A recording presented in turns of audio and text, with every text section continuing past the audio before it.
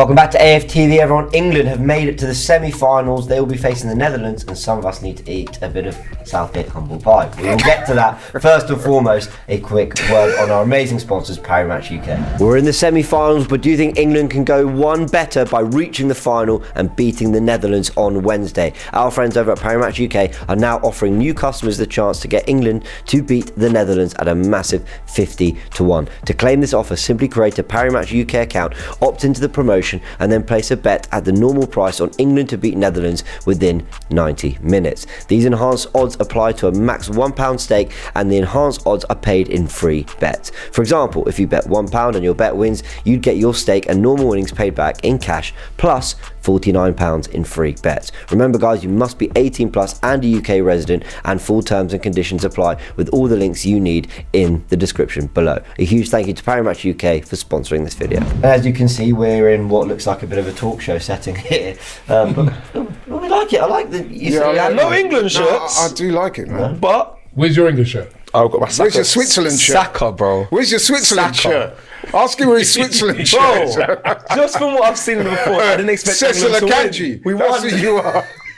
Cecil We went from Akanji. penalties. We went from penalties. But No, you said we were going to lose. Don't be afraid to tell the people, man. That's Come on. fine. I thought we was said going to we'd lose. on pens as well. No, but you said penalties, but my man was I said we're going to lose by one goal. We lost on we won on penalties. It wasn't, wasn't a thrilling performance, but our players stepped up. I will talk about Bukayo Saka at some point in this video. No, don't use that to get out. I'm not getting out. I'm nothing. Because what I've seen of England in this Euros, I thought would lose. What's wrong with that? No, a lot of the nation would have been with me. No, listen, I've been critical of England as well. So here, it's just I said they're jokes. good. And I've been critical of the performances, but they're a better team. I said they'd win. They're better. I said two things can be true at the same time. They can win and still look like whatever. I said that to you on the last video. I said, listen, they're a better team. They're a better team. I've been saying it, right? And people have been having a go at me from day one about this. This tournament football. You just said it was only on penalties. They don't matter. They're still through. These teams have won Champions Leagues on penalties. World Cups on penalties. You think anyone cares? Right? It's tournament football. It's about getting through the tournament. We're on the easier side of the group. When I looked at that group right after the group stages, I'm like, England will get to the semi-finals. You know what I mean? Who they got? Slovakia. They'll beat Slovakia. I know that we were terrible, but they've got too much quality for teams like that. And they'll beat Switzerland as well. They've got too much quality for them. And I actually think they'll beat the Netherlands as well. So, and whatever we think about Southgate, which I think he's too cautious as a manager. I think in those big games, he's too slow to react. But there's the 4 tournaments, 3 semi-finals, and a final. No, 5 tournaments? 1 quarter-final, 3 semi-finals and a final. The last, before he came along, the last time we got to a semi-final was 1996. And that was the only semi-final we got to in that time since we won the World Cup in '66. Yeah, I believe the stat is from 1970 to 2018. We've only been in 2 semi-finals. From 2018, from when he took over to now, we've been in 3 semi-finals. So that is something we can't ignore. No, he does deserve credit, and definitely. I'm a Southgate critic. I don't want to completely flip my stance, just because I am as well. On the previous previews, I've been quite critical, and then when I come this one, see we're in a semi-final, I go, oh, well done, Gareth. Look, it took a Bellingham wonder goal, a goal you see every 50 years, to bail England out. It took Bukayo Saka, of course, we're going to talk about him, to pull out a moment of magic, that's. You can say that Southgate maybe instills the belief in the players to be able to go do these things, but really, it's the players that pull that out. That's what I said, though. It's that extra bit of quality that they have. Yeah, that's fair. Why they will beat teams like Switzerland, because they ain't got a Bellingham. Well, and Slovakia haven't got a Saka. So that's what I'm saying. They don't have that when it comes to these moments now, when you need them clutch players. That's what he's got.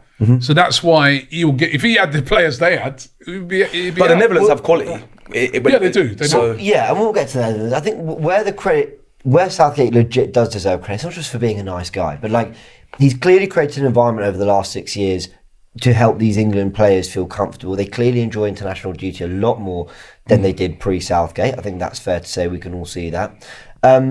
he has, I will say one thing about England that has been, dare I say, coached quite well or whatever. As cautious as we are, we're defensively quite good. I don't feel like we're going to concede goals. So that's the other thing and I think that's the main thing you have to give him credit for. Is what he obviously builds his teams off, and that's how he gets so good in his tournaments. He has a good defence. He defends well. And actually, you got to give him credit for this tournament, because a lot of people thought with no Harry Maguire in there, we were going to have issues at the back, but we haven't really. And you know, Konsa came in, did really well at the weekend, and before that, Gay's done well. But the numbers of goals have been low in this tournament, though, as well. You can't got to say that as well, though. Yeah, but it doesn't matter. He's in a semi. For all the other top goal scoring teams, they're all out apart from Spain. That's the fact. That's the fact. But where Cess, I think, does have a point, though, is if it's not for these moments of magic, Switzerland scored a good goal against us. Slovakia scored a good goal against us. Like, they scored well-coached goals that more often than not, like England, does it feel sustainable? Maybe you're right, a tournament football, who cares? Like, you're in a semi-final. It doesn't need to be sustainable. You just need momentum and belief to get over the line for one more week. But it does feel, Laurie, that England is still just not quite deserving wins. They're not even really getting wins. I mean, that's 2 games. Wait, when was the last time we won a game in 90? It was the first game of the tournament. Listen, I've listened intently. I've listened intently to everybody have this. We've drawn the last 90s. 4 of the last 90s. Sorry, carry on. No, I've listened intently to everything you guys have said, and it's hard to disagree with any one of you. However, let's be honest, man. They've done well to get to this stage, but the football has been pretty drab. Let's be honest. And I think we as England supporters have a right to expect more. We went out there as one of the tournament favourites. People are calling this team the golden generation. I myself, I was excited to see this team.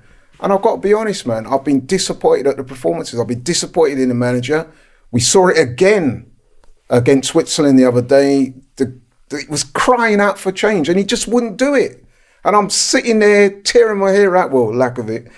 I'm thinking, come on, man, respond, be proactive. Didn't see it. So listen, it's so hard. I'm more than happy to give him credit for getting to a semi-final, like Robbie said, third semi-final in a row, whatever. But there's still a lot more from this team. Like, I drive a little banged up car, yeah, and Robbie drives a high performance car. But you know what? If you're driving that high performance car with the handbrake on, I'll probably still pass you my little banged up bang. I don't know about Let the handbrake off. That's quite good. Let the handbrake off. Let the handbrake off, but then, you know, you can let the handbrake off and go out of the tournament. Yeah. So the thing is about it, right, I agree. I've not enjoyed the football, even though I thought the performance was better against Switzerland. It was. Marginally. And I thought Saka, we're going to talk about him. He was brilliant in the game. Jesus. But the thing is, in tournament football, it's not just... I've seen previous tournaments the same thing. Didier Deschamps gets criticised in the French media because he's got all these top talented players, right? And they're like, why are you playing this boring football? But it gets you far in tournaments. No, but do you think they're right to criticise him? They are right. They are right to criticise him. But at the end of the day, all those people who criticise him, if he wins it, they won't say nothing. When they won the World Cup and stuff, they stopped criticising. When they were moaning about Giroud playing and things like that, then they stopped moaning when they win things. So the thing is about it, in tournaments, it's a little bit different. A lot of times we watch these tournaments and it's not always a team that's playing the best football that wins it. You know, I didn't think Real Madrid were the best team in the Champions League for a lot of it this season. They were scraping through and getting by in a few games. The semi-final against City probably played better football, but they got through, and then they ended up winning it. I think part of the, I just say, I think it's part of the problem, right? Is because unlike France, is that we have been in certain situations before. France have won things, World Cups, Euros, yeah, we know that. Yeah, we haven't. So for me, anyway, when I see England underperforming the way they are, and I still think they are underperforming for me. When I see them going life and death with Switzerland, Slovenia and Slovakia, I can't help but cast my mind back to 3 years ago when we played Italy. Again, when we needed changes, when we needed the manager to be proactive. And we actually managed to clutch defeat from the jaws of victory. That's what I'm saying. Hang on, let me finish. That's what I'm saying. People like me, I'm getting annoyed because I'm thinking you're on the verge of doing the same mistakes you made before and costing us.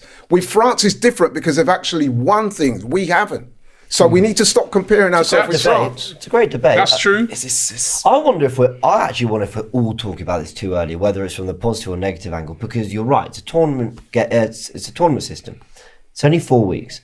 Maybe you leave all the talking to the end. And what I mean by that is, like, ultimately, when all is said and done, if we go out to the semis against the Netherlands, I'm not sat there going, fair play, 3 semi-finals. I'm going, you literally beat everyone you should have, and then the minute someone tuffles in your way, you failed again. If they win this, I don't care about the football. I don't care what football we've played. I don't care if we 0-0'd and penalties don't win to the end. I'm going, wow, we won a tournament. Fair play, Gareth. And then I'm going, a semi, a final, a quarters to France, and you won it. What a managerial stint. I honestly think it's all in the result at the end of it all. Yeah. Like, and that's it just comes down to that. That's why I feel like you want to get behind. Just want to get behind the players from what they've seen in the media as well. And I just think we've had a golden generation before, and we haven't get to the semi-finals consistently. We've had the Beckhams, the Scholes, the Gerrards. So I want to give Southgate credit, but then, like you said, the football's still not amazing, but who cares if you go on and win it? You are right. If you go on and win it, no one cares. The football has been dead. If you go on and win it, nobody cares. If you get to a final and play a France or Spain and you lose by 1 goal, to get to a final, but it's just there be a different tone and say, we get it, Gareth? It depends. It really depends. But I just think that, tournament football is a little bit different to league football, where it is league football. People want to see the performance, and you get found out. You can't do that. True. You can't do that week in, week out. You get found out. But in a tournament, sometimes you can get. France have not scored a goal from open play. They're in the semi-finals. That's crazy. Because if you look at their team, they've got a very good defence. Very difficult to score against, very difficult to break. So this is why teams are used different tactics. Whereas Spain now, free-flowing, great football. But there's no guarantee they're going to beat France. No, it's no. I totally agree. They only just got past Germany in last-minute winner in extra time. So tournament footballs can be a bit different. You're absolutely right. Look, I've been lucky enough to watch Italy win 2 tournaments, and both times, when I look at the Euros 3 years ago, Austria, I think, took them to extra time in the round of 16. They did beat Belgium 2-1 just about. I think it went to extra time, went to penalties with Spain in the semis, then penalties in the final. So of the 4 knockout games they had, 3 of them went to extra time and or penalties. You look at, I think, Italy 2006, I think semi-final went to extra time with Germany, final went to penalties. So it is about finding a way sometimes. And the fact that we're difficult to beat is absolutely a plus.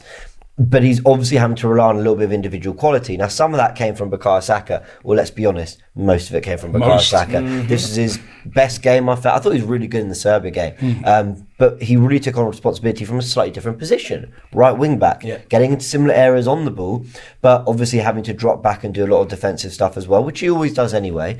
Then when he's asked to go out to the left, he's there, stopping across into the box, which should easily have ended up in a goal late in the game. He was just fantastic, Robbie. It was so great to see him just say, no. He's done this for Arsenal so many times. He's going to let me take responsibility. Yeah, and of course the penalty that he took on the adversity that he had last time. He took a penalty, and I think he's showing he's world class. You know what I mean? There's been doubts in the past about him. Is he world class? I think he's showing it. If you look at this tournament, wide players in this tournament, Nico Williams have been brilliant. Yamal, but he's right up there, isn't he? Saka's been, in a team that's not really performed great. And in that last game, for sure. When it came to that moment, because even before that, he put some great crosses into the box in the first half. And there was no one there to put those away. I was going to mention that as well. Right? Well said. But then when it came to that moment, brilliant goal. We've seen him score those goals before at Arsenal. Cuts inside, bang. Brilliant finish. I think one of the best things you can say about Saka is it's not just the ability, the undoubted ability he's got, but he's a mentality monster, man. And that's one of the things I really like about him. The way he carries himself, the way he plays, but crucially, he's a big game player. He's got the mentality. I think that's what separates him from others. The thing about Saka is he's a very talented footballer. We can all see that. But there's a maturity about him. There's a mentality he has. It's in his decision making, it's in his use of the ball, it's in his work rate, and it's also, I loved his quote where he went, you've got the choice in life. Do you want to put yourself in that, you can fail, but do you want to put yourself in that position again? And he said, that's the kind of person I am. And it was the way he handled the match, the penalty, and everything after, Unbelievable. the way he's handled all the debate, and he's been asked in the media, what do you think of Wright saying he should play left back? He's just handled everything with respect to what he wants to do, with respect to a club legend, everything he has done. And to be honest, it's ever since he's been in an Arsenal shirt. He's carried himself unbelievably. But unfortunately, not all that always gets the credit, and you do have to do it on the pitch, and he has been. But adding that as well on that pitch, that moment that went, let me take the game by the scruff of the neck, it was, I felt so like warmed as a fan. Does that make sense? That's James. I haven't celebrated a goal out in a long time. We watched Arsenal throughout the season, but when I saw Saka score, I was so proud. It was unbelievable. It's the way, like you said, he carries himself. I think you mentioned about, the Euros before and the penalties and the backlash after that. Cast your mind a few weeks ago when they were saying black ice and it's playing awful, and he's the face of 20-minute appearance. Exactly. And he's face of England's disappointment. To then step up, one for the penalty, and then put England on their back to get that goal. He's unbelievable. He's so mature. And like you said, even afterwards, the way he conducts himself, even when he did the blah blah, it seemed so nice, and he was giving it back to the haters a little bit. But he's just a model professional, and someone, like I said, I was so proud of. When I saw him score, I jumped up. I'm so happy for him, and may it continue. Yeah, and he's, like you said, all those things you said are true, and he steps up in the big moments. Yeah, I get very annoyed when I hear people like not giving him the respect he deserves. I think he's a very underrated player. Yeah, not necessarily with Arsenal fans, because we see what he does every week, but with other fans, he's going to limp again and all this rubbish, right? When this guy is of the highest quality. Cole Palmer should start. Yeah, all these people who were saying, drop him. I couldn't believe it when I was hearing that. There were other players way worse than what he's... I mean, no one's performed brilliantly in a lot of games for England, but he's always been a threat. He's the first name on the team sheet. He's the guy that's getting double teamed up in treble teamed in every game because, coaches recognise how threatening he is. And he doesn't get the respect sometimes that he deserves. I'm hoping now that people now will finally start putting respect on his name, because he is a top player. Yeah, he's top, and he always has end product to his game, whether it be crosses, whether it the way he takes players on, shooting. Extremely versatile as well. Remember when I watched him for Arsenal, I said, yeah, he's getting good numbers, but I was getting frustrated that he wasn't being his free flow himself, running it down the line. He does for Arsenal, he cuts in and does a goal we saw against United. And then for England, I know he did it for England as well, but he goes down the line, beats his man, like you said, he putting crosses into the box. Players, he did that like 3 times. I thought I was watching a replay, I've done this before, of when he beats the man and cut across the front of the goal. I was like, I've seen him do that so many times, there's no one there. I'm like, he's doing everything. He was cooking that fullback. So he's strong, he's good. And Gareth Southgate, I feel like, will do everything to keep him in the team, whether he's playing right wing back, you right know what? wing. I give such a compliment. And I give him credit for that as well, because there was a lot of noise going around about dropping him for Cole Palmer and things like that. And Southgate was like, nah, because he knows how important he is. He's like, nah, he's staying in. He has to be in this team. And look how many positions this guy's had to play in this team as well. Legit. Listen, man, he's quality. I keep saying it. Bukayo Saka, you starting a game, well, he's in the starting 11. You need a goal, you're keeping him in the team. In fact, you need to bring subs on, you're moving him somewhere else in the team just to keep him on the pitch. Then you get a goal, you need to hold on, you drop him into a deeper position because you know he's going to give you the work rate. Okay, you're drawing and you go to penalties, you keep him in there so he takes one. Yeah. There's just, Bukayo Saka is so trusted by his managers, and it's such a compliment to him, Laurie. 22 years. Yeah, listen, even last season for Arsenal, there were a lot, wouldn't say a lot, there was a sizable amount that were criticising him and saying, look, he's not hitting the levels. And then people like myself, Robbie, well, all of us here, to draw attention, look at the numbers he's posting, even though he's not performed at his optimum levels. Yeah. Look at the level, look at the numbers he's posting. That tells you that he's reliable. His mentality is spot on. He's a model pro. And I can never understand for the life of me why people would want to go out of their way to criticise a guy like that, because he's the ultimate professional at such a young age. So yeah, I just sorry to cut into you. No. I was having a discussion with a friend of mine a couple of months ago, and we were talking about wide players, right? And I said to him, for me, better than Dembele. He was like, "Oh, Robbie, man, Dembele." I said, Dembele's got, he looks great on the eye and the end product. Better than Rafa Leao. No, you mad? What? I said, look at the numbers. Compare his numbers to Rafa Leao's numbers.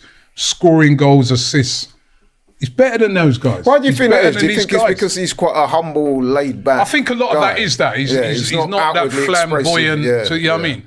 But there'll be a lot of players that question. there's a lot of players that get put in front of him that, to me, and I'm not saying these are not good players, these are quality players, and I just think that his end product, that's what it's about, especially when you're playing out wide.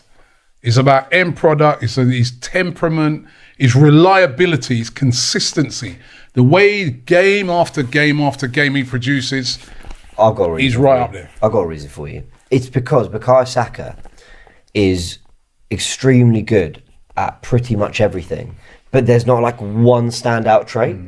You know, players like Andy Carroll for years. You know, you do hear, take him to the tournament, bring him to the World Cup. Why? If you need a goal in the last five. Like, basically, Andy Carroll, like, I'm not judging Andy Carroll as a player, but I'm just saying he was so often, like, known as the guy you whip the ball into the box for. Other wingers. I mean, we've had Theo Walcott, who, don't get me wrong, did good things in Arsenal shit, but his pace was always talked about. Saka is quick, but he's not like lightning fast. He's skillful, but he's not, triple step overs before he's taking the fullback on. He's very effective in what he does. He can do everything very well, and he works incredibly hard. And his output. That's not me trying to downplay his talent. His talent is unbelievable, but almost fans like to hang their hat on like, but he does this, but he does that, and actually. He can do everything. His speed is compared right now with Mickey van der Ven, if you saw the press conference with him recently. That was interesting. And he's rapid. So to say he is a quick player, I actually think it's not the... He's not explosive. No, it's not. He's not like... but he's a quick player. He's not like the way people talk about Theo Walcott. No. What other wingers do people talk about in the league for pace? Well, I'll give you a name straight off the bat, although he's not strictly a winger, but he's always getting compared with Foden. For some reason, people are always saying, "Yeah, but Foden's not for better." speed though. No, I'm talking about in terms of a player. He naturally draws comparisons. Not somebody like a Doku. That's a great So example. the young people will say, but then look at the numbers. His end product's terrible. Look at the numbers, and that's what I'm saying. That's what what makes Saka so good. I don't think it is you can't define what he's best at. I think it's just because I hate saying this, but he hasn't won the majors yet or something major for them to say Saka is. That's what I think it's personally down to. Once he starts no one winning, denies Harry Kane. I think with Harry Kane, it's true. With Harry Kane, it's his numbers and but that he's the top. He's the pass top. on- Harry Kane's the top of individual, I know, he's probably the best striker in the world. individual I know. achievements. So he's Not winning top current goal form, scorer yeah. for certain things. Saka isn't winning top goal scorer or assists. I think if Saka within the had league. if he did everything he does, but just had like one thing that was, I mean, I think he's elite at almost everything anyway, Yeah, but so do I. almost like a standout trait where there was one trait that was above the rest. I don't know, maybe people would, like, I don't know. I'll give you I don't something, know. right? Based on what we're talking about. If he had to say, maybe people look at personality like Jude Bellingham, top player, yeah, without a doubt. But he's got that type of personality that people love. Polarizes some people because already some people are saying Bellingham's a bit too full of himself.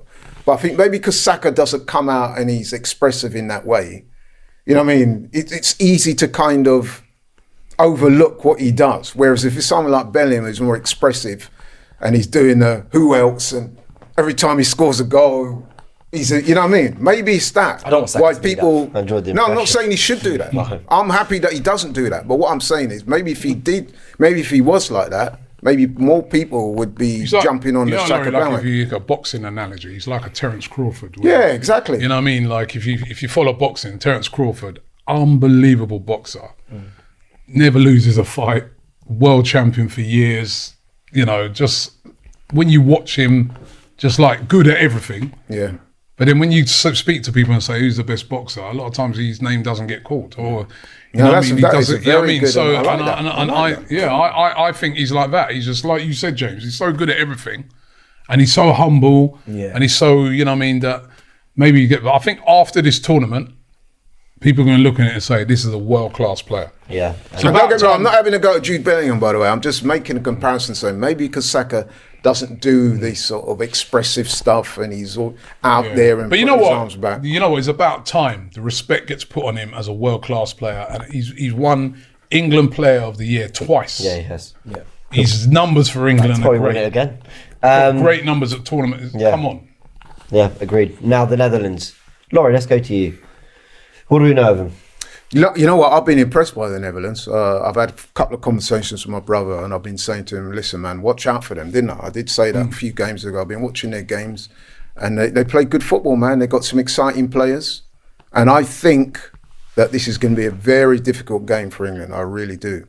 I really do think this is going to be the one that, if we don't get it right on the day, they will punish us. None have been easy. No game's been easy for England, in my opinion. There's not been one that we've been. Yeah, but there's games. They weren't outstanding in the group stage. I will say that they've definitely got better. But I wasn't blown away by them in the group stage. But Rob, if there's one thing that kind of worries me about the Netherlands, it's like England have had to rely on kind of moments of magic, but they arguably have a world-class back four to try and deny us that. And they've got, I think, the tournament's top scorer, is it Cody Gakpo? I might be wrong. Well, I think his goal at the weekend was disallowed. Okay, they've got Depay, they've got Simons in there, Simons. Their midfield is fine, but to be honest, we don't dominate midfield anyway. I feel like they may have the ingredients in the right areas of the pitch to hurt England. They're a good side. They're a very good side. It's quite an evenly matched game, although I do think England's got a better team, right? But like you said, I mean, I think some people are overhyping them. You know what I mean? I think they came third in their group. All right, it's a more difficult. That group was a very difficult group. More difficult group than England's, but they come third. They were lucky, and in tournaments gone by, they wouldn't even be here, right? So they come. They should third. have beaten France. They come third in their group. They didn't beat France.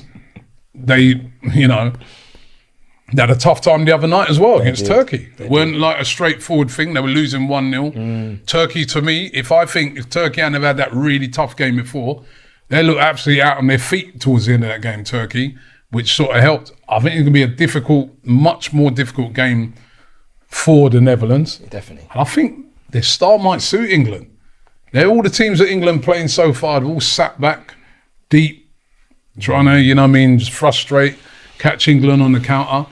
I think the Netherlands won't do that with the players like Simons and Gakpo and a much more attacking team, Dumfries. They're going to have a go more. That might even suit England a little bit more. I'm worried. I feel like Switzerland did try and play, and it was kind of a case of typical knockout football where no one really wants to Tried lose the to game. play a bit, but Switzerland did do a lot of defending in that game. I don't know, man. I think this could suit England a little bit more. I fancy England. I fancy England for this game. The game. thing I do worry about, Nathan Ake does seem to have Saka's number at times. Every time I watch them go up against each other, Nathan Ake of late has come out on top. So that is my fear for the Saka side. That's quite a task for him, by the way. If you get past Ake, it's Van Dijk waiting for you. Van Dijk's been skipped past a few times in this tournament as well. But who was skipping past Van Dijk this? Because Harry Kane ain't doing it, let me tell you that. Well, that's true. That's true. So there is. I mean, that's he's been awful. It's been awful. He needs to be dropped and replaced. But that's a redundant argument because we all know he's going to start.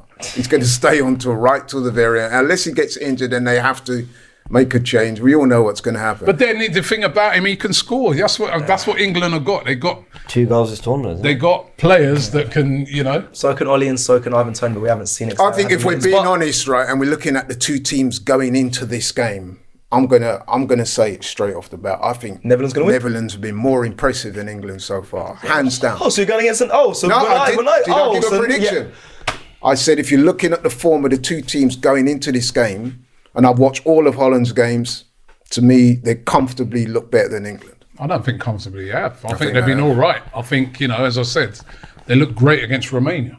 Who have we looked great against? Nobody. But they look great against Romania. No, but who have we looked great against? Romania are better than Slovenia and Slovakia. Are they? Well, if they listen, it's much of a muchness. We have not, Robbie. We have not played well in any game. Well, I already said that. So but I'm saying the way so what I said is true then. So what's changed though? Because against Switzerland, you was like, Netherlands ain't been great, have they? And I was saying the same thing. Listen, man, the Netherlands have looked good, bro. I've watched all their games. They look good against Romania. They've definitely been better. Yeah, and then Switzerland looked good before. Turkey were a formidable opponent in that game. They had most of the fans there, right? Listen, they played with a lot of energy, a lot of passion, a lot of commitment. Turkey were better than any team we played so far in this tournament. Comfortably. The Netherlands give you chances. Turkey had a few chances as well, even after that at the end. Right? I don't know. I don't think the Netherlands is good unlike the other teams that we played, no disrespect to them, Holland have the quality to punish us if we don't get it right on the day. That's all I'm saying. They are easily the best team, that we played so far in this tournament, in my opinion, in my humble opinion. Who did they lose to, Netherlands in the group? You asked me on the spot here, but let me quickly just get up for you. Yeah. Who are they in the group with? Austria, France, and No, it wasn't Spain. Who's Just get up the one other minute. team in the group? Everyone's searching their phones. Right, while you're having a look, Robbie on the 11. Hungary, wasn't it? They played Hungary. It's not that they lost to them. Oh, no, that was in They won Scotland. it Slovakia or Slovenia. They Slovakia. who they lost to, or who they lost to? They lost to. Austria. They They lost Austria. 3-2 to Austria, Yeah, lost 3-2 to Austria. Who else was in in their the group? group stage. France were in the group. drew Poland, France, huh? Poland, they beat 2-1. yeah. That was it. They beat Poland. Remember, That was Poland France, gave them a very lost tough Austria. game as well, didn't they? Yeah, I mean, I'm interested what Southgate does with this approach, because the back three I'm okay with. I quite liked his quotes where he said we were doing that a few years ago. Now everyone's telling us it's the solution, and I think he's kind of got a point there. Back three is always seen as like extremely negative. It doesn't have to be. It's more about how you set it up. Saka was getting to a lot of attacking positions, but he's got a lot of work to do. I just don't like Trippier at left back. I think I can stomach it if it's Shaw coming in now. Shaw's got to and at come least if you've he's got fit. outlets either side. It's Kane up front for me. Man. Shaw's got to come in. Yeah. Shaw's go on. Kane's got If to be Konsa dropped. gets dropped, he'd be unlucky, but I'd probably bring Gay back in. Would you drop Walker? Get Konsa out. Get I Walker out. think you need Konsa, Walker in Stones. this Walker's been bad, Robbie. I know what you're saying. I just because still haven't you forgiven were- him for the performance. I think he was a bit better in the last game, though. Slovakia. And I do think, like Laurie said, you are up against better players. I think, with a Gakpo there, you need a Walker in there for defensively. Fair. Right, so I would keep him in. though. But I still, that left-hand side is still the worry. But if you got Shaw there, then you can play Foden. If it's not Shaw, it's time to get going. I don't isn't think it? he'll go with the three at the back, because apparently he did that to match up against Switzerland, which to me was So it odd. worked. So he might Well, stick with why it. would you match up against Switzerland? We've all said we're the better team, better players. I would have expected the manager to impose his will and tactics They did work. on the opposition. I think the three in the back's It right. worked, but again, we didn't look good. I mean, predictions. Cecil. Start with me. I've been consistent when predicting that we lose and then we win. So I'm going to follow that trend and say it's going to go to penalties and we go out in penalties. But hopefully it's the opposite way. We won't win in the look good chart, but we'll win the game. In the And night. right? I think I got a funny feeling actually for penalties, but I think we're good on penalties, man. No, When I we are. You know one thing, when I look at our penalty takers as well, man, we got some good penalty takers, man. yeah. So I think England will win it. Okay. Lauren? For the first time so far in this tournament, I'm looking at this game and I'm sort of scratching my head. You know what? I'm going to go with my boy Cecil. I think it could be penalties. But unlike Cecil, I think we're a strong penalty-taking team and I think we'll go through on penalties. I think England will do an extra time. I'm going to go 2-1 because Southgate just finds a way somehow. It's not based on reason or logic or anything I've seen. You think other three than- goals get scored in this game? If anything, it's surely a 1-0. I can see a 2-1. But things change, right? An early goal, then another team, really kicks into gear and has to, find a way. I don't know. I mean, it was just so typical, wasn't it? We go 1-0 down, we make the subs, we start looking like we can nick a goal, and it's just sort of things like that. So yeah, I think You know what what I'm struggling with, right? Because I'd really like to sit here and say that England are going to win 2-0, but based on the 5 games or so we've seen so far, I've not seen England in any game sort of look like a team that I can be really confident about coming up against a team like Holland. So that's why I'm saying if we're going to beat them, it's going to be by penalties. Because I've got to be honest, based on what I've seen so far, I don't see us overcoming them in normal time. All right, well, let's see what happens. Big thank you to guys. Cecil. Yeah, I'm sorry, I don't agree with that because Holland ain't been nothing special either. That's my No, opinion. you said you don't agree with it, but you said that we'll beat them on Are you penalties. guys No, on- That's what I said. I'm saying we're going to win, but I'm saying I said we win on I don't penalties. agree with can't wait this. for Thursday. I don't Are you agree guys with going to it watch because them together? Yeah. I don't agree because DR I Sports just are gonna be don't there. think Holland have been that great. Like, you know what I mean? Spain have been the only team that I've seen in this Quality. tournament, and Germany, by the way. Most That entertaining. should have been the final. Yeah. Because those two teams are teams that I wouldn't have wanted to face. That was a great game. as But well. everybody else, Yeah, fair enough. Anyway, much as a muchness. big thanks to Cecil, big thanks to Robbie, big thanks to Laurie. And I just want to say a big congratulations to Lewis Hamilton, who won the British Grand Prix, Arsenal fan, and him and George Russell were actually celebrating the penalties. Would have seen Saka's goal and the big moment at Silverstone. We like F1. So I just thought I'd mention that out, as he is a big Arsenal fan. Big thanks to Parry Match UK as well for supporting the channel and this preview. England versus the Netherlands. Check it all out on DR Sports. They'll be reacting to every kick of a ball. We'll see you there.